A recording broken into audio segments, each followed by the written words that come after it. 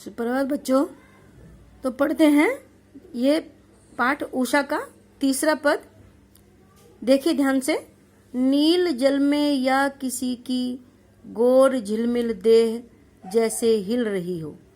जब सुबह को प्रभात होने पर आकाश नीला होता है तो उसमें जब और अत्यधिक प्रकाश फैलता और सफेदी झिलमिलाने लगती है तो कवि कहता है, कवि ने देखिए कितनी सुंदर उपमा दी है। यहाँ प्रकृति पल पल परिवर्तित होती प्रकृति का कितना सुंदर चित्रण किया है कि नीले आकाश में फैली हुई सफेदी ऐसी लग रही है कि जैसे नीले जल में किसी की गोरी देह जो है झिलमिल करती हुई हिल रही हो। और जादू टूटता है इसी उषा का, अब सूर्योदय हो रहा है।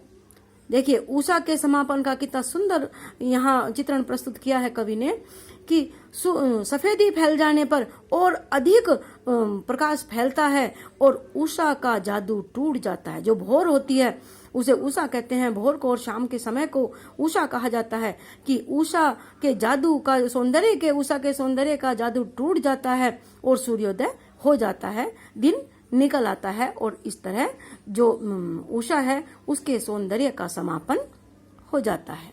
तो यहाँ कवि ने प्रभात से भोर से लेकर के जब पौ फटती है उससे लेकर के सूर्य के निकल आने तक का वर्णन इस पाठ में किया है और उषा का बहुत ही सुंदर वर्णन यहाँ प्रकृति के माध्यम से किया गया है।